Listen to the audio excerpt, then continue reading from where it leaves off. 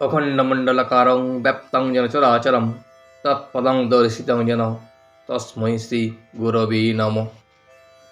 ঠাকুর ও মায়ের চরণে শতকোটি প্রণাম জানিয়ে আজকের পাঠ শুরু করব। আজ আমরা পাঠ করব সপ্তদশ খণ্ডের চতুর্থ পরিচ্ছেদ, যন্ত্র রূঢ়ানি মায়ায়া, free will or God's will. Sri Ramakrishna.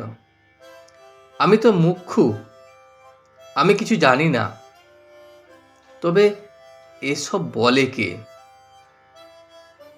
আমি বলি, মা আমি যন্ত্র, তুমি যন্ত্রী, আমি ঘর, তুমি ঘরণী, আমি রথ, তুমি রথী, যেমন করাও তেমনি করি, যেমন বলাও তেমনি বলি, যেমন চালাও তেমনি চলি, না হং তুহু তুহু, তাঁরই জয়। আমি তো কেবল যন্ত্রমাত্র। শ্রীমতী যখন সহস্রধারা কলসি লয়ে যাচ্ছিলেন, জল একটুও পড়ে নাই। সকলে তার প্রশংসা করিতে লাগল, এমন সতী হবে না। তখন শ্রীমতী বললেন, তোমরা আমার জয় কেন দাও? বলো কৃষ্ণের জয়, কৃষ্ণের জয়। আমি তাঁর দাসী মাত্র। ওই অবস্থায় ভাবে বিজয়ের বুকে পা দিলুম। এদিকে তো বিজয়কে এত ভক্তি করি, সেই বিজয়ের গায়ে পা দিলুম। তার কি বলো দেখি। এখানে ঠাকুর বলছেন, আমি তো মুখ্য সূক্ষ্ম মানুষ, আমি কিছু জানি না। মা যেমনভাবে আমাকে চালায়, আমি ঠিক তেমনিভাবেই চলি। আমি যন্ত্রের মতো চলি এবং যন্ত্রীর মতো ঈশ্বর আমাকে চালান। নাহং তুহু তুহু, আমি কেবল তুমি সব, তুমি কর্তা, এই কথাই বলি। একবার শ্রীমতী রাধা যখন সহস্র ছিদ্রযুক্ত একটি কলসিতে জল নিয়ে যাচ্ছিলেন, তখন সকল লোক তাকে প্রশংসা করছিলেন। সেই প্রশংসা শুনে যে রাধা তখন বললেন যে এই প্রশংসা আমার নয়, এই প্রশংসা কৃষ্ণের করো, কারণ কৃষ্ণ করাচ্ছে বলেই আমার পক্ষে এটা সম্ভব হচ্ছে, আমি এটা করতে পারছি, আমি তার দাসী মাত্র। যখন এই অবস্থা বলছিলাম সবাইকে, সেই অবস্থায় আমি বিজয়ের বুকে পা তুলে দিয়েছিলাম। আমার তখন ভাব চলে আসছিল, কিন্তু আমি এত ভক্তি করি বিজয়ীকে, কিন্তু তা সত্ত্বেও আমি বিজয়ের বুকে পা তুলে দিয়েছিলাম।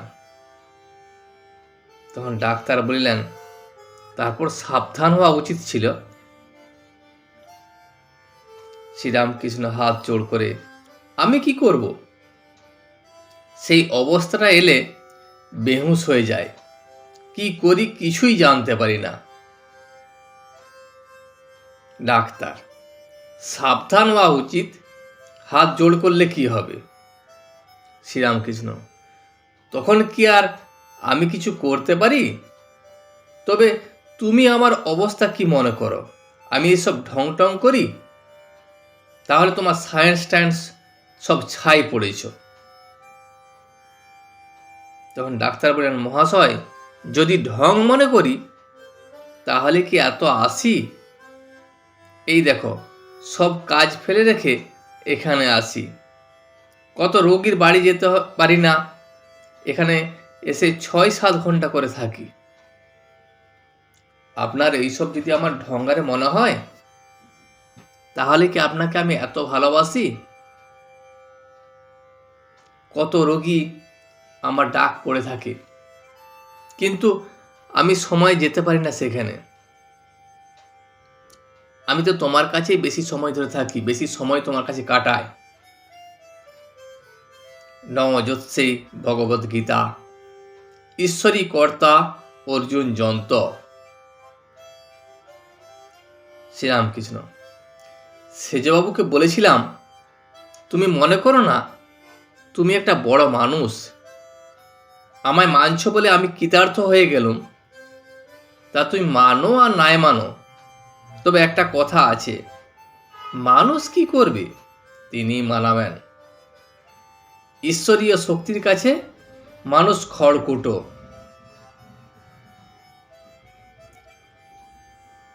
আমি সেজবাবুকে কথা বলেছিলাম যে আমায় তুমি মানছ বলে আমি তোমাকে বলবো যে তুমি বিরাট বড় মানুষ, এই কথা কখনো ভেবো না। যে তুমি আমায় মানছ আমি এতে কৃতার্থ হয়ে গেলাম, এই কথা কখনো ঠিক নয়। মানা না মানার ব্যাপারটা ঈশ্বরের উপরে। ঈশ্বর যদি চান তিনি তোমাকে মানাবেন। ঈশ্বরীয় শক্তির কাছে সমস্ত কিছু খড়কুটোর মতো। তখন ডাক্তার বললেন, তুমি কি মনে করেছ অমুক মার তোমায় মেনেছে বলে আমি তোমায় মানব? তবে তোমায় সম্মান করি বটে, তোমায় রিগার্ড করি, মানুষকে যেমন রিগার্ড করে। শ্রীরামকৃষ্ণ: আমি কি মানতে বলছি গা? গিরিশ ঘোষ: উনি কি আপনাকে মানতে বলছেন? ডাক্তার শ্রীরামকৃষ্ণকে বললেন, তুমি কি বলছো ঈশ্বরের ইচ্ছে? তুমি মানতে বলছো বা না বলছো সেটা কথা নয়, তুমি বলছো ঈশ্বরের যদি ইচ্ছা হয় তবে আমি মানতে বাধ্য। তখন ঠাকুর বললেন, তবে আর কি বলছি, ঈশ্বরীয় শক্তির কাছে মানুষ কি করবে? অর্জুন কুরুক্ষেত্র যুদ্ধে বললেন, আমি যুদ্ধ করতে পারবো না, জ্ঞাতি বধ করতে আমার কর্ম নয়। তখন শ্রীরামকৃষ্ণ বললেন, অর্জুন তোমায় যুদ্ধ করতেই হবে, তোমার স্বভাবে করাবে।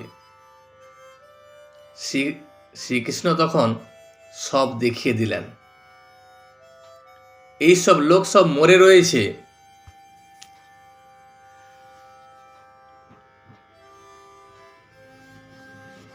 এখানে নিজের ইচ্ছায় কিছু হয় না, যা কিছু ঘটে সব কিছু ঈশ্বরীয় ইচ্ছায়।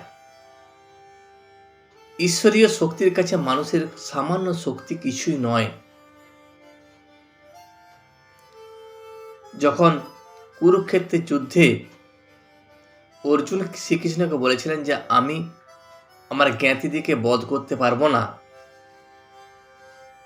তখন শ্রীকৃষ্ণ অর্জুনকে দেখিয়েছিলেন তুমি কি মারবে, সে তারা তো আগে থেকে মরে আছে, ঈশ্বর সব করে রেখেছেন, তোমাকে কিছুই করতে হবে না, এটা তোমার ইচ্ছাতে নয়, এটা তোমার স্বভাবে হবে। আবার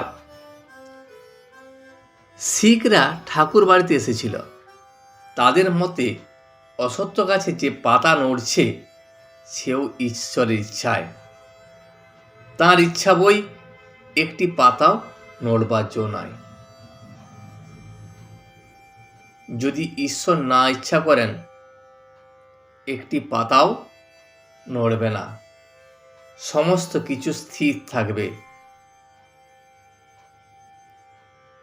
liberty of necessity, influence of motives. Doctor বললেন, যদি ঈশ্বরের ইচ্ছা তবে তুমি বকো কেন? লোকেদের জ্ঞান দেবার জন্য অত কথা কও কেন? ঠাকুর বললেন, তিনি বলাচ্ছেন তাই বলি, আমি যন্ত্র, তিনি যন্ত্রী। যদি ঈশ্বরের ইচ্ছায় সব কিছু হয় তাহলে তোমার তো জ্ঞান দেবার প্রয়োজনটা কি? ডাক্তার সে কথা শ্রীরামকৃষ্ণকে বললেন। তাহলে তোমার এই শরীর খারাপ নিয়ে, এই গলায় অসুখ নিয়ে এত বক বক করার কিছু প্রয়োজন নাই। তখন ঠাকুর বললেন, আমি তো যন্ত্র, তিনি যেমনভাবে আমাকে চালাচ্ছেন, তিনি আমাকে বলাচ্ছেন, তাই আমি বলছি। ডাক্তার বললেন, যন্ত্র তো বলছো, হয় তাই বলো, নয় চুপ করে থাকো, সবই ঈশ্বর। গিরিশ, মশাই যা মনে করুন, কিন্তু তিনি করান তাই করি। A single step against the almighty will. আমরা একটি পাও তার বিরুদ্ধে ফেলতে পারি না, তার ইচ্ছার বিরুদ্ধে আমরা কিছুই করতে পারি না। ঈশ্বরের যেমন ইচ্ছা তেমনই হয়, তার ইচ্ছার বিরুদ্ধে কেউ যেতে পারে না। ডাক্তার তখন বললেন, ফ্রি উইল তিনিই দিয়েছেন তো, আমি মনে করলে ঈশ্বর চিন্তা করতে পারি, আবার না করলে না করতে পারি। গিরিশ, আপনার ঈশ্বর চিন্তা বা অন্য কোনো সৎ কাজ ভালো লাগে বলে করেন, আপনি করেন না, সেই ভালো লাগাটা করায়। ডাক্তার, কেন? আমি কর্তব্য কর্ম বলে করি। গিরিশ, সেই কর্তব্য কর্ম করতে ভালো লাগে বলে। ডাক্তার, মনে করো একটি ছেলে পুড়ে যাচ্ছে, তাকে বাঁচাতে যাওয়া কর্তব্য বোধে। গিরিশ তখন বললেন, ছেলেটিকে বাঁচাতে আনন্দ হয়, তাই আগুনের ভেতরে যান, আনন্দ আপনাকে নিয়ে যায়। চাটের লোভে গুলি খাওয়া সেটা নয়।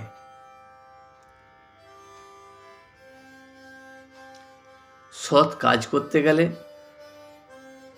নিজের মনের থেকে আনন্দ উপভোগ হয়, সেই জন্যই আমরা সৎ কাজ করি, তিনি আমাদেরকে করান। যেমন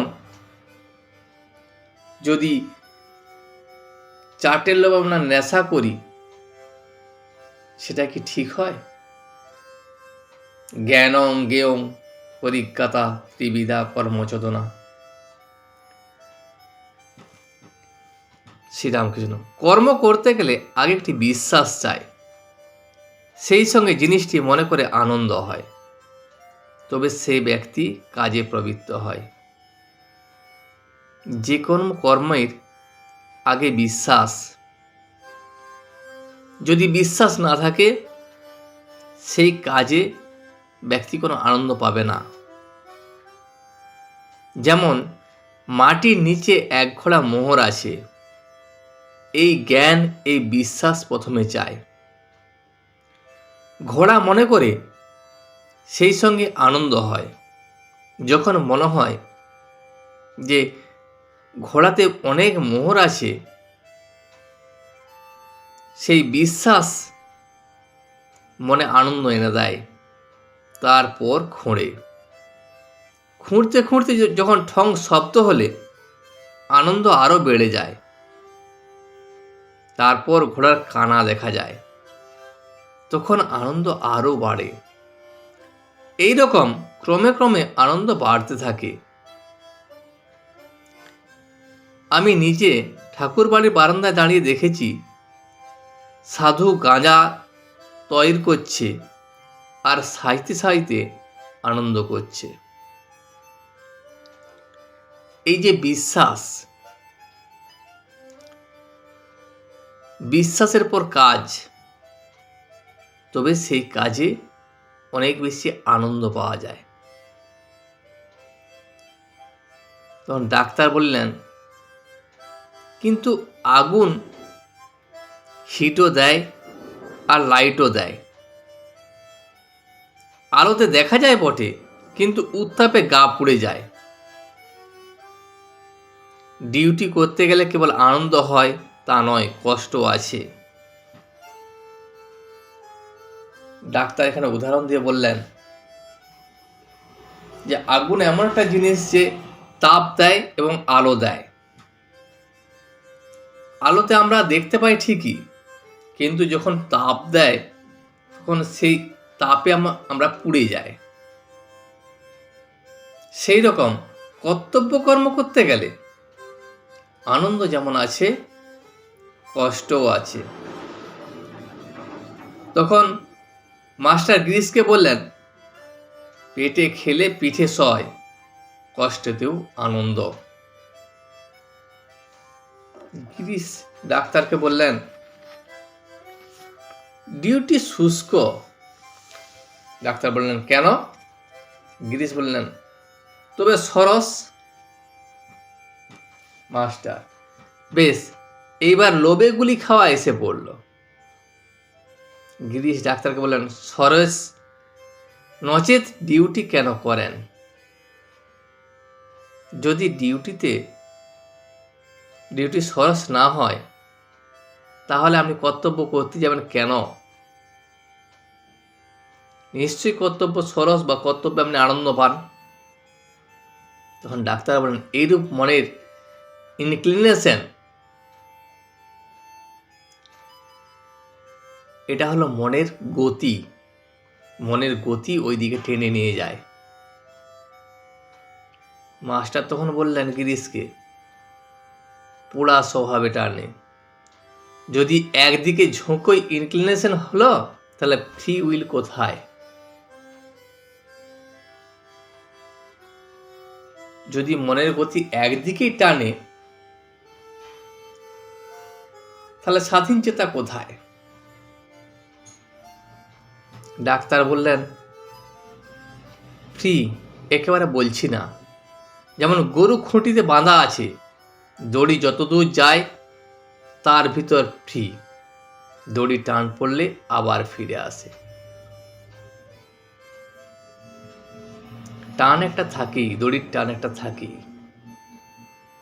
শ্রীরামকৃষ্ণ ও ফ্রি উইল। শ্রীরামকৃষ্ণ এই উপমা যদু মল্লিকও বলেছিল। এ কি ইংরেজিতে আছে?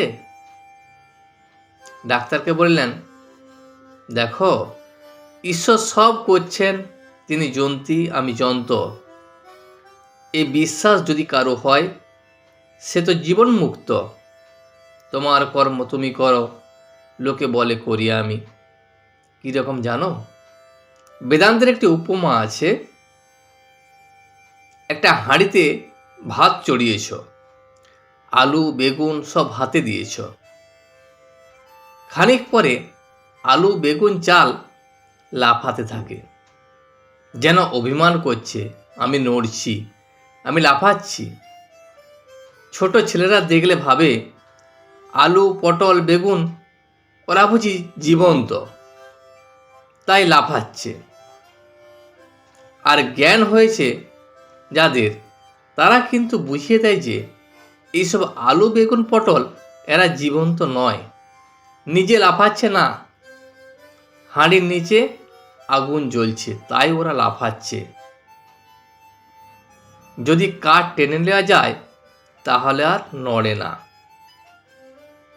জীবের আমি কর্তা এই অভিমান অজ্ঞান থেকে হয়।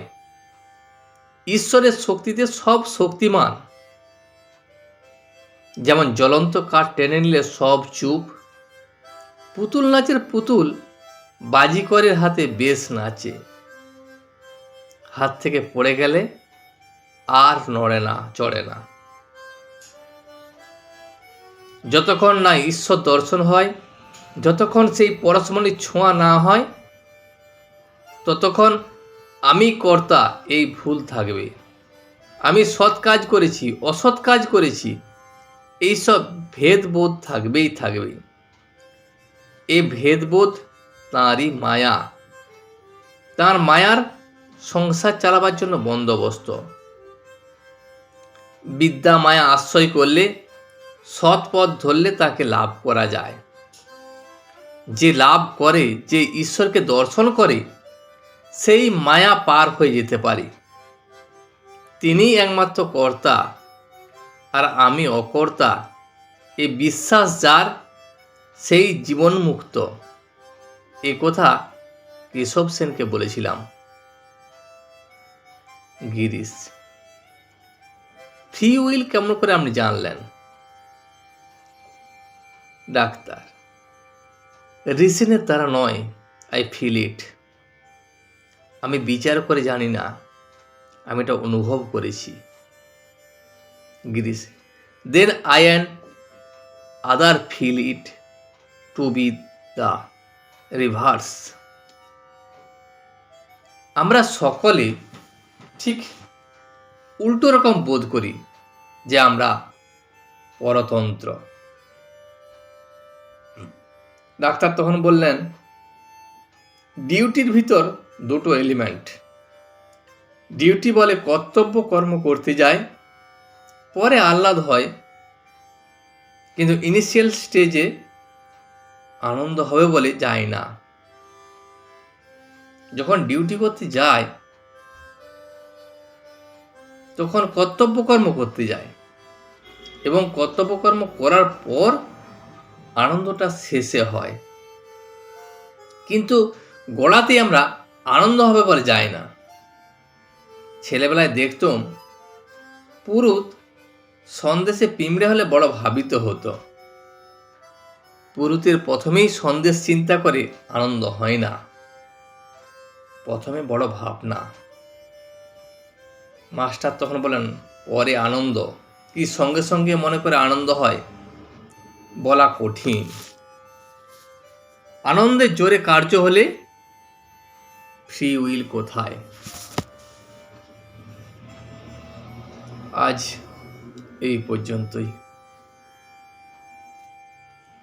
ভিডিওটি শেষ পর্যন্ত দেখার জন্য আপনাকে অসংখ্য ধন্যবাদ। ভিডিওটি যদি আপনার ভালো লেগে থাকে তাহলে একটা লাইক, কমেন্ট এবং বন্ধুর সাথে শেয়ার করে দেবেন। সাবস্ক্রাইব করে পাশে থাকা বেল আইকনটি বাজিয়ে দেবেন, যাতে আপনাদের নতুন ভিডিওগুলি সর্বপ্রথম আপনার কাছে পৌঁছে যায়। জয় শ্রী রামকৃষ্ণ, জয় শ্রী রামকৃষ্ণ, জয় শ্রী রামকৃষ্ণ।